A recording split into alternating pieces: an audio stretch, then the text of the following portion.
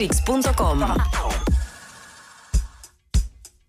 Tengo más de un motivo por encontrarme y reunirme siempre con Juan Ignacio Provéndola, más allá de ser un amigo, digo, es un periodista increíble, de esos que uno soñaría ser en algún momento, y tengo la suerte de que seamos cercanos al corazón y siempre está escribiendo cosas muy interesantes. Salió con nosotros más de una vez acá en Charlatown hablando de sus libros, y hace poco, voy a reconocer que yo desconocía el hecho por completo, revisando una data, yendo a hablar de, creo que de Spinetta en el año 72, 73, que me parece una parte de la historia argentina súper interesante, muy rica, muy conflictiva, muy intensa, muy, no contradictoria, pero muy oscura.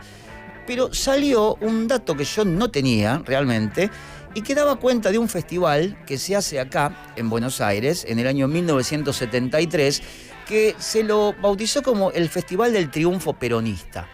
Y primero, por más que parezca capuzotiana la invitación a investigar, dije, bueno, quiero ver qué hay detrás de esto. Y empecé a encontrar 2 o 3 detalles, y una de las páginas que encontré con mucha data, muy bien escrita y con mucho conocimiento, obviamente había sido escrita por la pluma de Juani, y le dije, Juani, vení, explícame esta locura, por favor. Y ahora lo tenemos acá, sentadito. ¿Cómo andás? Hola, Dani. Buenas tardes, gracias por la invitación. Espero que no sueñes pesadillas, ¿no? No, ya vivo en una. Cuando decís que... Bueno, te vamos a sacar con esta historia que es entre histórica, bizarra, trágica, inconclusa. La vez anterior que me invitaste a Charlatown para hablar del Woodstock que no fue... Del Festival de Lobos. Claro, yo te había dicho que podríamos tranquilamente trazar una historia del rock argentino a través de los hechos que no ocurrieron, ¿no? Pero que a la vez explicaron mucho el espíritu de la época que iban transitando. Cuando hablamos de acá del festival, años 70, veníamos del Cordobazo, cambio de gobierno, fin de Onganía, la aparición pública de Montoneros. Sí. Fíjate todo lo que nos permitió recorrer un festival que no se hizo como estaba pensado, ¿no? Que terminó siendo en otro lugar. Y con el Festival de Triunfo Peronista ocurre exactamente lo mismo, porque aparte nos abisma hacia un terreno insondable que es el peronismo, que tiene 7 décadas y todavía no lo sabemos definir. Pero me acuerdo que una vez estaba en una excursión en Ushuaia, ahí por el canal Beagle, y bueno, hay turistas de distintos países, y un español me dice, ¿te animás a explicarme el peronismo? Y le dije, bueno, ¿tenés 70 años más o menos? Y te lo explico. Como no tenía 70 años, le conté sobre este festival, creo que tampoco entendió mucho, pero por lo menos nos vamos a entretener un rato recorriéndolo. Y además, Juan, es una página que, en serio, no está en el recorrido mental cuando hablas de festivales, digo, más allá del peronismo, ¿no? Que es una excusa para hablar del festival, es una hermosa excusa para hablar de historia argentina. Así que si les interesa la historia argentina, quédense prendados, porque encima Juani lo va a contar y lo explica muy bien. Pero, viste, tenía el de Lobos, bueno, esos que se hacían por lo latinoamericano, ese del 82, claro, ¿no? Que está León, pero este se me había pasado de largo. Estamos viendo lo que sería el programa, que dice con la participación de los conjuntos de música moderna, Aquelarre, Billy Bond, Papos Blues, Pescado Rabioso, Sui Generis, Los Dulces 16, supongo, La Banda del Oeste, Vivencia, Miguel y Eugenio, ahí paso, Gabriel León Gieco con doble C, mirá qué simpático, Rubén Porchieto, que debe ser Raúl, supongo yo, Escarcha, Color Humano, Lito Nevia, Pajarito Saguri y Juan Domingo. Bueno, ¿quién es Juan Domingo? Juan Domingo. No, se lo preguntaron muchos y te lo voy a dejar para el final, así prendemos a toda la gente. Fíjate que en la segunda columna arriba de todo dice Gabriel. Sí. Bueno, Gabriel era Gabriela, en realidad.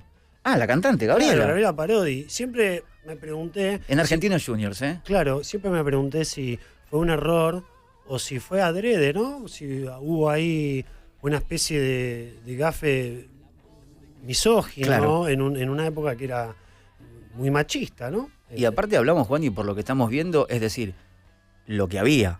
Es decir, lo fuerte, digo, Spinetta, García, Papo, digamos, lo que había, ponele Manal, no estaban tocando porque estaban separados, pero bueno, parte estaría en la pesada. Es decir, la primera plana de ese rock argentino del año 73 estaba toda. Sí, absolutamente, de un rock incipiente, ¿no? Y que por primera vez llega a un estadio. Ese también es otro dato importante. Es la primera vez que se hace Claro. un evento de rock en un estadio de fútbol, que ahora es bastante normal, sobre todo a partir de la década de los 90.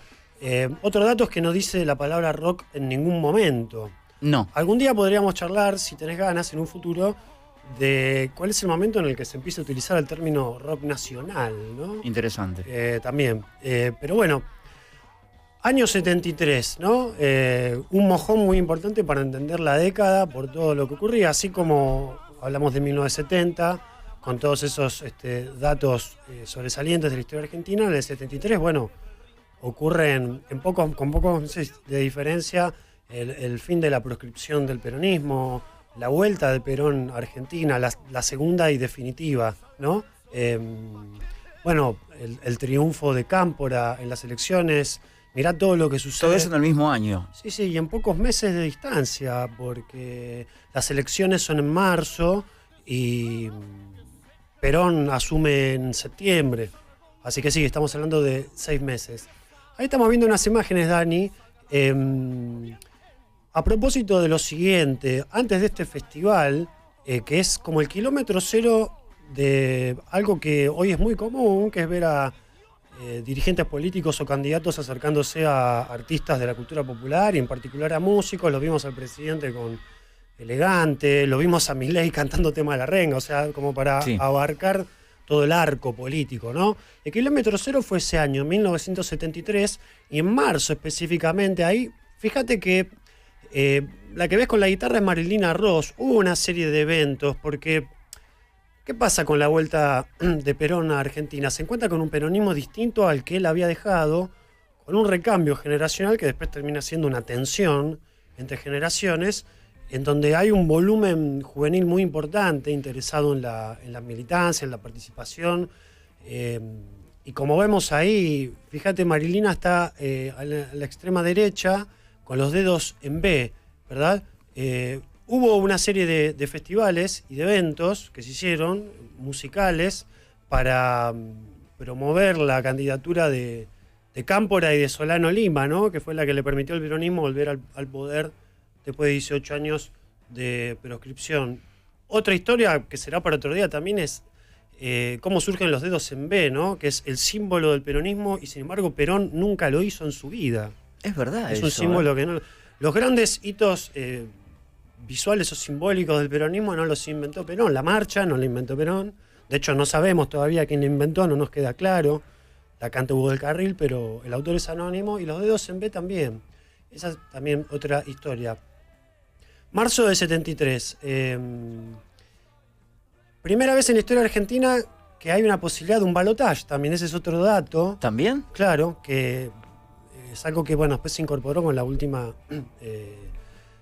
reforma de la Constitución, pero ahí hubo también esta contemplación. Había que sacar más del 50% de los votos, y las elecciones fueron el 11 de marzo y tardaron 20 días en contar los votos. Hoy, en horas, ya más o menos sabemos cómo viene la cosa. En ese momento no, y el resultado final le da a Cámpora 49 y piquito, o sea, estaba a menos de un punto de evitar el balotaje, pero lo tenía que hacer. Finalmente Balbín, que era su contrincante más cercano, sabiendo que era imposible eso, se retira ese mismo día, ese 31 de marzo, que es cuando se hace el festival, que fíjate que se llama de Triunfo Peronista, pero se organiza antes de que se sepa si el peronismo iba a ganar, lo cual era bastante esperable, por otro lado. Y bueno, como dijiste vos, estaba toda la plana del rock argentino ahí, de todo lo que había, ¿no? Toda la carne al asador. No obstante lo cual, cantaría Papo, tocaron solamente 2 de esos artistas, porque, bueno... ¿De todos los que vimos tocaron 2? Sí, solamente 2. Por varios motivos: mala organización, tensiones internas, y ahí fíjate cómo este festival nos permite entender el peronismo de la época, ¿no? Tironeos de izquierda y de derecha. Ahora te voy a contar una anécdota de Billy Bond que define muy claramente cómo estaba esa pugna entre la derecha y la izquierda. Encima se larga a llover, con lo cual, bueno, hasta en un punto parece que fue una bendición que se suspendiera, ¿no? Porque todo parecía indicar que se iba a desmadrar. Es el primer, Juan, y festival en un estadio. Sí, sí, que sí. se hace, digo, en Argentina. Por eso, digo, queríamos hablar del tema también, digo, más allá de que sea el Festival del Triunfo Peronista, digo, la lectura que queríamos tener es hasta sociológica, ¿no? De qué fue lo que pasó, intentando también entender la política de ese momento, pero es el primer festival que se hace en Argentina en un estadio con entrada gratis. Sí, ¿Sí? sí, Que sí. es a 20 cuadras de donde estamos nosotros ahora, que es en la cancha de Argentinos Juniors, que queda aquí en La Paternal. ¿Quién es el que decide armar este festival? Bueno, esa también es otra de las intrigas dentro de una historia llena de intrigas. Quizás lo más interesante del festival es lo que no se sabe, ¿no? Todo lo que no se sabe y nos permite imaginar. Siempre se creyó que fue Jorge Álvarez el que lo El gran organizó. productor de Mandioca. Claro, exactamente, porque él mismo contó que había viajado a Madrid a verlo a Perón en Puerta de Hierro y que el propio Perón le dijo que quería que se organizara un festival de rock para promover la candidatura de Solano y Cámpora. En el recuerdo de Jorge Álvarez hay algunas cosas que nos cierran. Por empezar, como vimos, el festival se hizo después de las elecciones, con lo cual difícilmente podían Claro. hacerle propaganda a una... Atraer votos, claro. A una candidatura que ya estaba prácticamente consagrada. Después, un segundo dato, Perón era muy melómano. Era muy melómano. ¿Sí? Sí, pero no tenía mucha simpatía con el rock. De hecho, hay una entrevista, creo que en la revista Así, que le preguntan sobre los Beatles, cuando él estaba aún en España, y dijo, no me vengan a hablar de esos melenudos, a mí me gustan las mujeres. ¿Viste? Una cosa terrible, entre Raro. homofóbica, Sí. sí, rari total. Pero así como dijo eso, también fue muy importante para la aparición, mirá qué loco esto, del rock en España. Él le da una mano muy grande a Los Pequeñiques, que fue una de las primeras bandas del rock en España, de ese viejo rock, ¿no? Guitarrero. Sí. Tal es así que Perón los contrata para que toquen en la Casa Quinta, que Qué era Guardia loco de Hierro. esto. Sí, los invita y les regala instrumentos Fender. Ellos mismos reconocen que era la primera vez que tenían instrumentos Fender en sus manos porque en España no podían conseguir, ¿verdad? Pero bueno, después con el tiempo pudimos enterarnos de otra historia, quizás menos épica, ¿no? El hecho de que Perón le pida a Jorge Álvarez hacer un festival de rock y, bueno, decimos, mira, al Pocho le gusta el rock. Bueno, la historia es un poco más sencilla y azarosa. Parece ser que se define en el sótano de una casa en La Paternal, donde por un lado ensayaba la Banda del Oeste, y que es una de las que participó, y de hecho una de las dos que tocó, llegó a tocar en el festival, tocó Billy Bond con La Pesada primero, y después tocó la Banda del Oeste en segundo lugar. Ahí ensayaba la Banda del Oeste en este sótano de la casa en La Paternal, y al mismo tiempo se juntaba la Brigada Juventud Peronista, que aparece en el afiche. Muchos siempre se preguntan qué es la Brigada Juventud Peronista. Durante mucho tiempo creíamos que quizás habían sido Montoneros los que habían organizado el festival por una cuestión de similitud generacional, claro, ¿no? Ahí está, Brigada Juventud Peronista. Cuando uno piensa en la militancia joven del peronismo en los 70, al menos hasta la vuelta de Perón, automáticamente piensa en Montoneros. Sin embargo, había varios espacios de militancia joven ubicados en distintos sectores del abanico ideológico. La Brigada de Juventud Peronista era un grupo más de militancia territorial, con mucho laburo en barrios, en villas, en clubes, en sociedades de fomento, y eran de los pocos espacios de la militancia joven del peronismo que sentía simpatía por el rock. Montoneros estaba más cercano, Montoneros, la militancia universitaria, estaban más cercanos al folclore, a otro tipo de música más combativa, si se quiere, ¿no? Pero bueno, los de la Banda del Oeste, que tenían una simpatía muy grande por el peronismo, coincidían en ese lugar, ensayaban en el mismo lugar en el que se juntaban la Brigada Juventud Peronista. Entonces ahí es donde efectivamente surge, porque al mismo tiempo la Banda del Oeste tenía vínculo con la hinchada de Argentinos Juniors, ahí que aparece el estadio. Ah, qué mezcla loca. Sí, fue una cosa absolutamente autogestiva, super indie y pre-punk, podríamos decir, ¿no? Y así salió el festival. Empieza mucho más tarde, creo que el horario que se anunciaba era a las 15 y termina empezando a las 17:30. Por eso es que con Lucila, tu productora, buscábamos imágenes y no las hay, porque el canal que fue a transmitir, que es Canal 11, se hinchó la bola de esperar y se fue. Aparte, ¿Se fueron? Claro, vieron todo el desastre que había, empezó a chispear, a llover y dijeron, nos vamos de acá. Bueno, O sea que hubiera sido, Juan, una transmisión de televisión En vivo. en vivo, Vivo. por primera vez en la historia en Argentina de un festival de rock. Y sí, imagínate aparte viendo, porque por ejemplo, los Viendo registros... a Papo y a Sui Generis en la televisión. Claro, porque no tenemos muchos registros de la banda de esa época, salvo el rock hasta que salga el sol, Claro. la película del Barrock 72, creo que fue. Sí. Y alguna cosita más, se le dio Sui Generis, y no hay mucho más material fílmico de los 70. De los 80 sí, y le tendremos que agradecer a Beto Badía, ¿no? Que era el que invitaba a las bandas a cantar ahí. Pero bueno, podríamos haber visto a Charlie tocando el himno, porque parece que la historia es esta. Primero comienzan una serie de proclamas políticas en un lugar que, como vimos en una foto, estaba lleno de gente, en una mezcla entre militantes políticos con banderas que decían dependencia o liberación, Perón vuelve, Evita vive, etcétera, etcétera.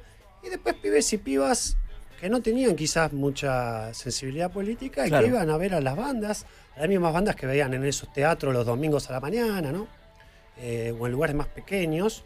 Y de esa mezcla, bueno, se llena el estadio. Entonces comienzan unas arengas políticas, hasta ahí es un acto político. Después viene la pesada del rock and roll, donde parece que comienzan los primeros problemas de sonido, entonces se ponen ahí a zapar. Que sonaría como el culo, ¿eh? Sí, imagínate, hay una foto No me de las quiero que, ni imaginar. sí, hay una foto de las que pasamos que está Isa Portugués y Juan Rodríguez, los dos bateros, y ahí está, y Billy Bond dado vuelta, bueno, en el sentido que ustedes En la lo foto, quieran ¿no? creer. Claro. En el sentido que ustedes lo quieran creer. Gente arriba del escenario, un quilombo. Sí, un quilombo divino. Hay Hermoso. público igual, había un público todavía. Impresionante. Pero debe ser de los pocos testimonios fotográficos de ese día. Sí. Digo, de las bandas, ¿no? Sí, hubo una cobertura del diario La Opinión y de alguna revista que son los que estuvimos mostrando, ¿no? Ahí hay otra imagen, mirá la gente que había, mirá el escenario, al lado del batero, toda la gente que está ahí amontonada. No, es una locura, ¿eh? Digo, más allá de la improvisación, lo que sería, cuando digo el sonido es el año 73, sin tener un conocimiento en Argentina de cómo se podía amplificar un concierto para estadios. Aparte, ¿no? el primero que hubo, mira, ahí tenés banderas. ¿Ese es el escenario? Ah, es un bardo. Claro. Era muy difícil Con las tocar banderas. así. Bueno, Billy Bond cuenta que antes de subir al escenario se le acerca un tipo de la organización que le pide que gritara Viva Evita, ¿no? Y los mismos músicos reconocían que aceptaron justamente por esto, porque era la primera posibilidad que tenían de tocar en un lugar Claro. grande, no tanto por simpatía política. Billy Bond dice, bueno, está bien. Al minuto dice que aparece otra persona de la organización que le dice, no se te ocurra hablar de Evita, habla de Isabelita porque es la nueva compañera del general y la tenemos que bancar. Y bueno, Billy Bond dice, está bien, listo. Y cuando estaba por subirse al escenario, caminando por las escalinatas, lo agarra un tercer sujeto de la organización y dice, escúchame, no nombré ni a Evita ni a Isabelita, nombré a Cámpora. Y él un poco en chiste, un poco en serio, dice, me volvieron tan loco que me fui a vivir a Bucios, que es cierto, él al poco tiempo se fue a Bucios para siempre. Pero fíjate cómo en esta pequeña anécdota se pone muy en crudo de manifiesto las internas que había en ese peronismo, tenso, hasta para una cosa tan simple como pedirle a un músico que dijera una frase, Claro. ¿no? Que dijera una frase. Bueno, está este problema de sonido, zapan, no pueden arrancar, listo. Cae Solano Lima. Solano Lima era El vicepresidente. vicepresidente electo. Entonces, bueno, paren de tocar, que apareció Solano Lima. Y sube Solano Lima a hacer toda una arenga, a hablar de la reforma agraria. Es un tipo que era conservador hablando de la reforma agraria. La mitad de la gente entendía, la otra mitad de la gente no entendía. Todo esto después de Billy Bond. Claro, después de Billy Bond y la zapada de baterías, aparte de vos. Imagínate una zapada de baterías, ¿no? No, claro. Es como que abras tu alacena y se te caigan las cacerolas. Todas juntas. Claro, todas encima. Bueno, habla Solano Lima, se va Solano Lima y ahí sube la banda del oeste. También tienen problemas de sonido. Y bueno, uno de sus integrantes, que después fueron músicos del Grupo Sur, que armó Miguel Cantilo en el Bolsón.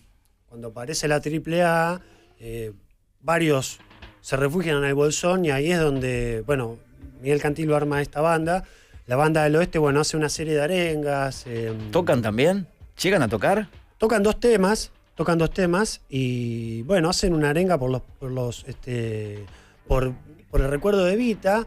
Terminan de tocar y ¿sabés quién sube? Edgardo Suárez, que lo nombramos en la charla anterior. Sí, claro, el papá de Nahuel. Claro, sube Edgardo Suárez a hablar por los presos políticos, ¿no? Por la liberación de los presos políticos, que es algo que Cámpora... Qué mezcla igual, Claro, a quienes Cámpora termina liberando el día que asume, ¿no? En ese famoso evento en donde, bueno, se junta la gente en Devoto para pedir la libertad de los presos políticos y en un momento se larga a llover para la suerte de todis, creo, porque hubiese sido un verdadero desastre esto. No, me imagino igual el backstage.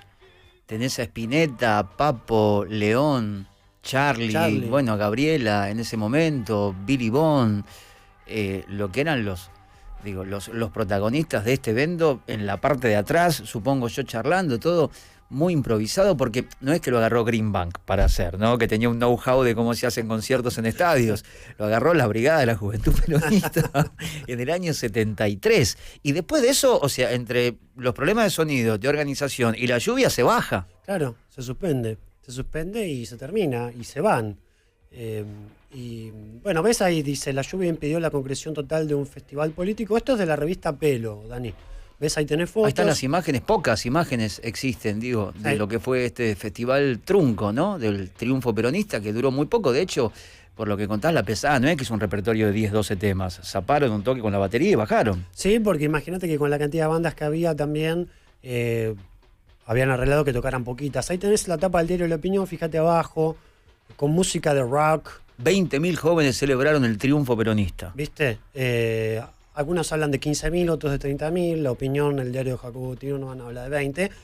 Como sea, muchos, ¿no? Muchos. Sí, es un montón para hacer el primer festival de rock en Argentina, viendo que lo de Lobos no había sido, ¿no? Claro. Que ya lo contamos, lo había comentado Juan y acá, que es, digamos, la inspiración de Rutas Argentinas, de Spinetta, que estaba yendo a Lobos, y de una necesidad, supongo yo, de los jóvenes también de salir a tocar, que estaría muy palpable, y supongo yo que sin prever lo que iba a pasar 3 años después, pero también el estado de la estabilidad social no era el mejor en el año 73. Digo, ya hay una crisis mundial del petróleo, digo que eso va golpeando, incide en un montón de países y acá en Latinoamérica mucho más. Pero me parece que como primer hecho o evento donde la política, el rock de estadios inclusive, y esta primera plana que decíamos de artistas en Argentina, intenta hacer algo sin el fin cometido de que sea para un público de música. Porque digo, tenía que ver con la política de fondo, entre la arenga y en este caso los músicos, como vos decías, no todos con simpatía por el peronismo, pero bueno, aprovechando el espacio también. Sí, de hecho Charlie dijo, yo no quería ir a tocar ahí, pero como fueron todos los grupos de rock, también fui, aunque no me gustaba la onda. Recuerdo que estaba Solano Lima y decía cualquier pavada. Detrás del escenario había un muchacho que estuvo en la masacre de Trelew, que había sido el año anterior, quiso hablar y nadie lo dejó, la gente lo cargaba, fue todo de última. Bueno, terrible Charlie, su recuerdo de ese festival, que fue el único evento de celebración, tal como su nombre indica, del triunfo peronista. No hubo un acto como ahora quizás acostumbramos a ver, que se corta una calle, aparecen los candidatos, van los militantes. Ahí se produjo solamente eso. Vos me preguntabas quién era Juan Domingo, que aparece en el afiche. Encima aparece al final. Al final, sí, casi como número de cierre, en el afiche que veíamos hace un ratito, el original dice Juan Domingo.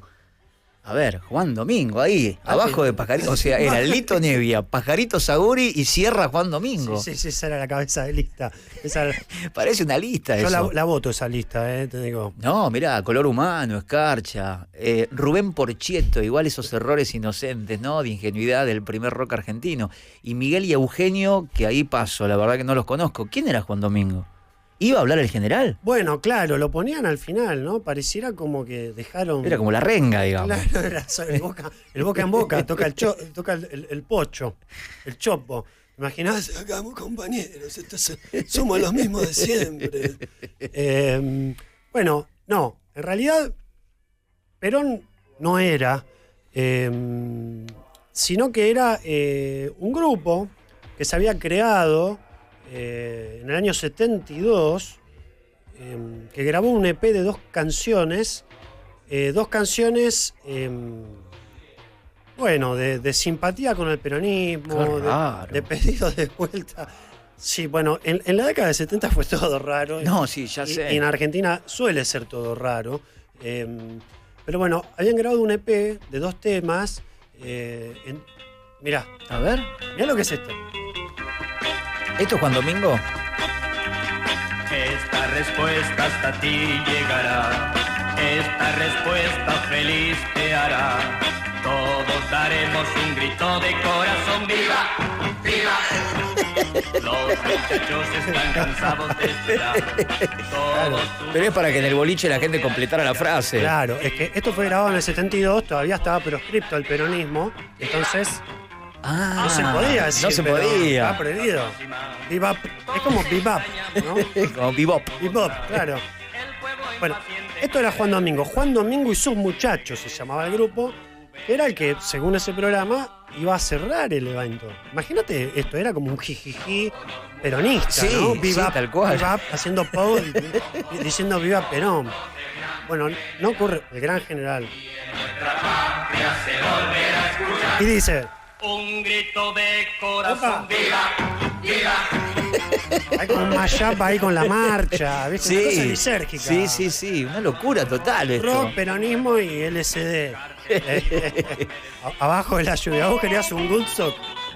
Acá tenés otra canción de ¿Otra de Juan Domingo? Sí, esta es un poquito más bailable. Más festiva, pero ¿verdad? dice... A ver la letra. Qué utilidad se viola, ¿no? Pregúntale a Juan, si quiere venir. Pregúntale a Juan, si quiere volver. Que todos nosotros lo queremos ver. Pregúntale a Juan, pregúntaselo. Ay, Juan, mira que los tuyos se mueren de afán. Ay, Juan, mira que los tuyos te van a esperar. El viaje no es largo y todos aquí esperando estamos. Si quiere venir. ¿A qué suena, Dani, musicalmente? ¿Cómo lo Como el definirías? acejón. Uy, qué difícil, ¿eh? Música pop. Ponele. Lo que pasa es que si uno no supiera que es Perón, pensá que habla del Faso, ¿no? Estamos esperándote. Es como verano del 92. Es el Que Ramón. venga, es claro. el Ramón de los 70. Es el Ramón de los 70. Bueno, Juani. Bueno, capaz que sí hablaba del Faso. Ahora, ¿querés saber dónde estaba Perón ese día, Sí. 31 de marzo? Porque vos decís, bueno, ¿era Perón en el que iba a estar en ese festival? No. No porque no quisiera, sino porque estaba en otro lugar del No estaba, del digamos, en la ciudad de mundo, Buenos Aires. del ¿En mundo. Argentina tampoco? No, él estaba en Madrid todavía y hay unas fotos que dan testimonio de eso. Mirá, Ese Franco. ese día 31 de marzo, ¿En serio? Perón estaba con Franco. Viste que siempre se comentó que Perón era amigo de Franco Sí. y que lo bancaba. Bueno, no. La única vez que Perón y Franco se vieron fue ese día, el 31 de marzo de 73. Y mirá la cara de Perón aparte, ¿no? Sí, Es gesto un- adusto el general. Claro, un tipo que generalmente se reía. De hecho, Borges odiaba a Gardel porque decía que la sonrisa de Gardel le hacía acordar a la sonrisa de Perón. Y claro, es una... sí. Qué lisérgico todo. Tremendo. Por Dios. Te dije, esto es una mezcla de historia y bizarrés.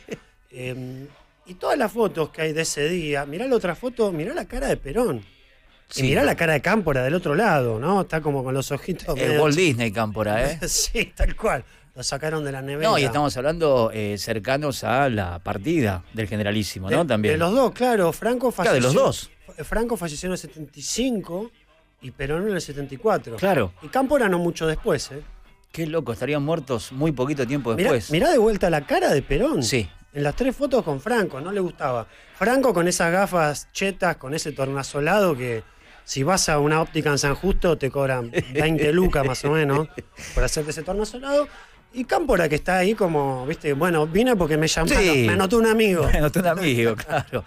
Juani, te agradezco muchísimo todos, estos minutos de, para mí, riqueza de aprender un montón, que tenía que ver, lo dijimos, con la historia de la República Argentina y con este festival que tampoco fue, como el segundo festival que no fue, que es este del Triunfo Peronista de 1973. Me parecía una página de la historia súper atractiva para ser contada y para ser compartida, y creo que la mejor persona para hacerlo era él. Si lo quieren seguir en redes, ahí lo tienen, @Juani Provéndola. Gracias, Juani, de corazón. Un placer. Alcalde, el placer es mío de ser parte por una tarde de tu gabinete. Por favor. Vengo flojo de algunos adláteres, así que después podemos hablar. Okay. Te acomodaremos. Abrazo, Dani, gracias a todos y un abrazo a Lucila, tu productora. Estuvimos laburando ahí las imágenes con mucho placer. Bueno, busquen si quieren la nota, también está escrita ahí en las redes de Juani Provéndola sobre este loco festival del Triunfo Peronista. De lunes a viernes, de 15